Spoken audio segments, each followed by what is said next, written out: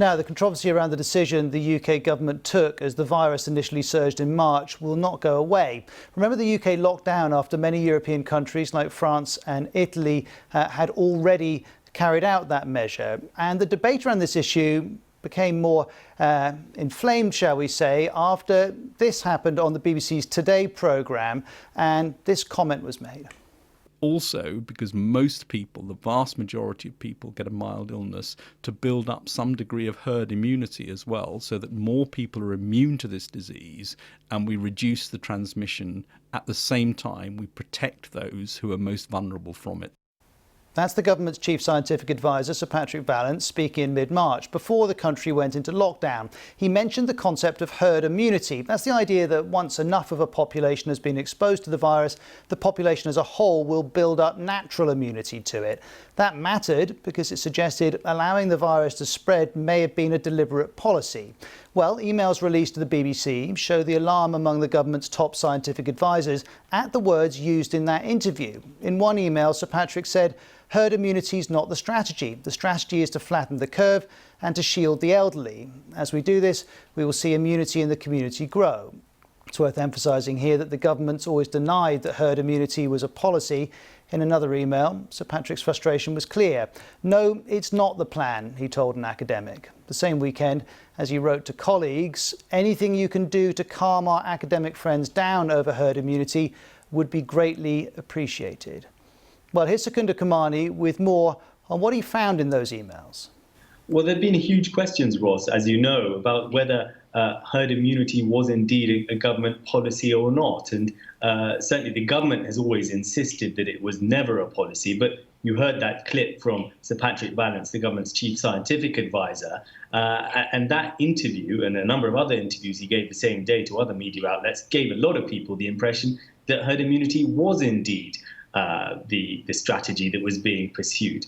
Now, these emails that I've obtained through the Freedom of Information Act request, they reveal really the level of alarm amongst the senior-most advisors to the British government on coronavirus, their alarm at the backlash to the words used in those interviews and the references to herd immunity. As you say, in one of the emails, Sir Patrick Vallance asked a colleague for help in calming down academics who had publicly been very critical of the government's policy. And I should say the government say that these emails, in fact, actually substantiate their position, because the emails really consist of Sir Patrick Vallance and the chief medical advisor, Professor Chris Whitty, pushing back and denying allegations that they're following this herd immunity strategy.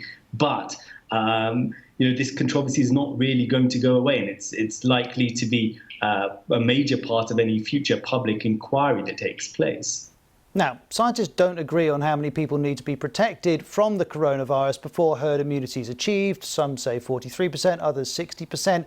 And that percentage, whatever it is, can be a combination of those who've had the virus and have developed antibodies that offer future protection, and those who've had a vaccine, if indeed that's available. On all of this, here's Patrick Vallance once again. Something under 8% of the population have been infected as we measure the antibodies. So about 8%, so 3 million or so people may have been infected and have antibodies. It means that the vast majority of us are not protected in any way and are susceptible to this disease. There may be other forms of protection that increase that number a little bit, other parts of the immune system. But it does mean that the vast majority of the population remains susceptible, and therefore you'd expect spread throughout them. Now, clearly, that's not anywhere close to a level where herd immunity would happen. To get close, one approach is you need to let the virus spread, but of course that risks serious consequences. Here's a tweet from one Harvard professor of epidemiology saying unmitigated transmission, in other words, allowing it to spread, leads to rapid increases in infections that can damage healthcare, leading to unnecessary deaths. And because herd immunity is attained at the peak of an unmitigated epidemic curve, you'd also have those unnecessary infections on the way down, including deaths. So this would not just have consequences for people who catch the virus, but for others who might otherwise need to access healthcare. Well, in the UK, the government is continuing to try and suppress this virus until a vaccine's available. Some scientists have backed that approach. Others, though, would want to see Prime Minister Boris Johnson going further, perhaps with a targeted approach to protect the vulnerable. Here's one speaking on Tuesday. Letting the virus naturally make its course through the less vulnerable sections of the population is actually an incredibly communitarian position.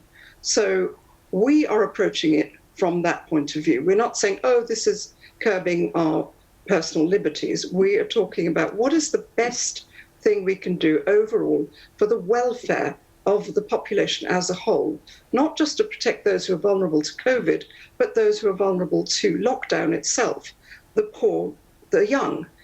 Now, the country most associated with the idea of herd immunity is Sweden. While other European countries went into lockdown, Sweden kept shops, restaurants and schools for younger children open. It did ban gatherings of more than 50 people and told the elderly and the at-risk to isolate. But social distancing guidelines, for example, were voluntary. The rationale was that more suffering can be created by closing down completely, and these lockdowns are difficult to maintain in the long term.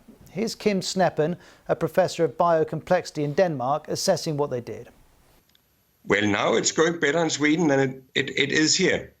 But I don't think that does not mean that Sweden has herd immunity. They are far from herd immunity. They have the same, basically, fatality per capita as Great Britain.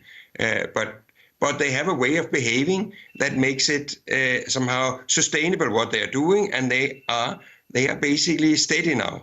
For Sweden, they did the right thing. Well, except in the beginning, they should have done their lockdown or their reduction in big gatherings 14 days earlier, and that's where they have the big count from. Now, let's look at the consequences of Sweden's policy. The death toll per million people is over 5 times higher than its neighbour Denmark, 10 times higher than Norway and Finland. So an outlier for the region, but its rate is lower than countries like the UK, Spain and Italy. Let's hear from Sweden's chief epidemiologist speaking to the BBC last month. This disease continues to surprise us in different ways. So I think being confident would be a bad thing to be. You have to be prepared for what can happen now. But even so, I mean, that it's gone down so rapidly without us introducing any new measures, just keeping on what we have been doing the whole time, I think that builds some confidence. But of course, the winter is still to come, and Sweden hasn't ruled out having to take further measures. In fact, there are some signs in recent days its infection rate is beginning to rise. It will be, frankly, a long time before we know whether Sweden's approach, or indeed the approach of many other countries, can be said to have been more effective than others.